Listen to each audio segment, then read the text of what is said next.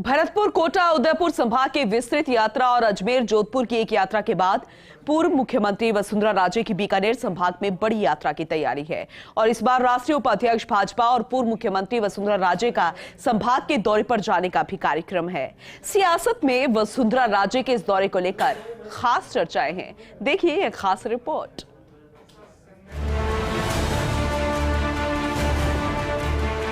आगामी सितंबर महीने के दूसरे सप्ताह के बाद वसुंधरा राजे का बीकानेर संभाग की यात्रा पर जाने का कार्यक्रम है।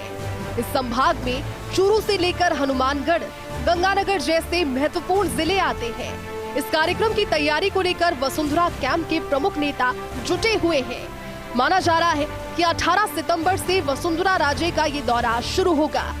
तो वहीं इससे पहले राजे भरतपुर और कोटा संभाग में अपने जन्मदिन के मौके पर अपनी सियासी ताकत दिखा चुकी हैं। उदयपुर संभाग में अलग अलग मंदिरों में देव दर्शन के अलावा कई कार्यक्रमों के जरिए सभाओं को संबोधित कर चुकी है।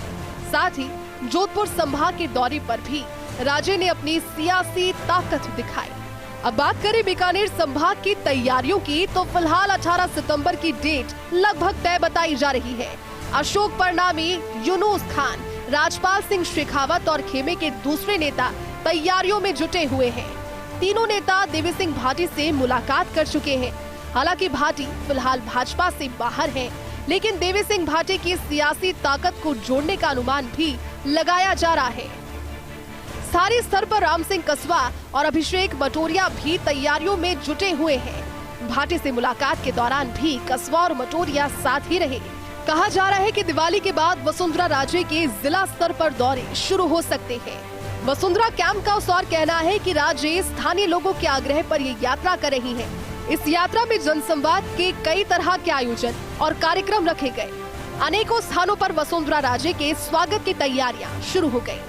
हालांकि इस यात्रा के दौरान अर्जुन राम मेघवाल, सुमित गोदारा और अन्य भाजपा के ऐसे नेता जो वसुंधरा से दूरी रखते हैं, उनको लेकर अभी तक प्रश्न है कि क्या वे इस दौरे में शामिल होंगे या नहीं।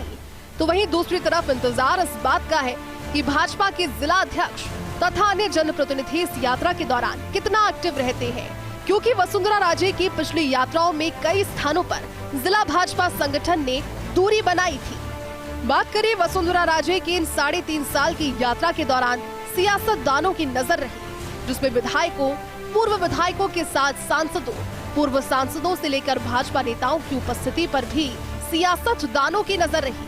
सभी के संख्या को लेकर आंकलन लगाया जाता रहा।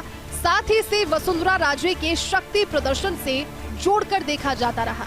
तो वहीं प्रदेश नेतृत्व ने अब तक दौरों से दूरियां बनाई थी, जिस पर वसुंधरा विरोधियों ने सवाल भी उठाए। तो वहीं चुनावों में अब ज्यादा वक्त नहीं रह गया।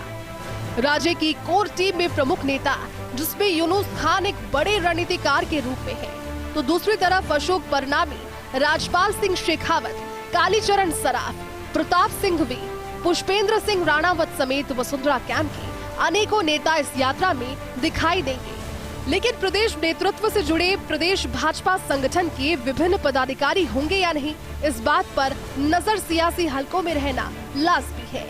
साथ ही जिला भाजपा संगठन के जिलाध्यक्ष और उनकी टीमें, साथ ही प्रदेश भाजपा नेतृत्व उनकी यात्रा को लेकर क्या बयान देगा, ये देखना भी बाकी है।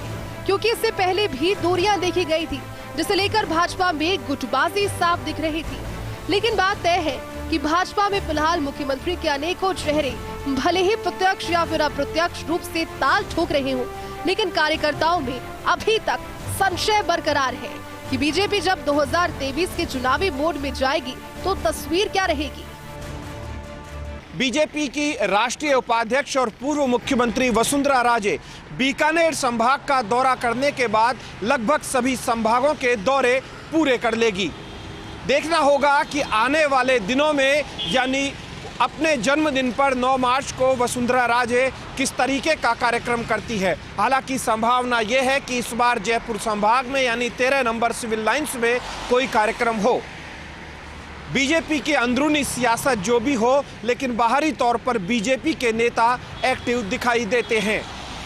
कैमरा पर्सन नरेंद्र शर्मा के साथ ऐश्वर्या प्रधान, फर्स्ट इंडिया न्यूज़, जयपुर।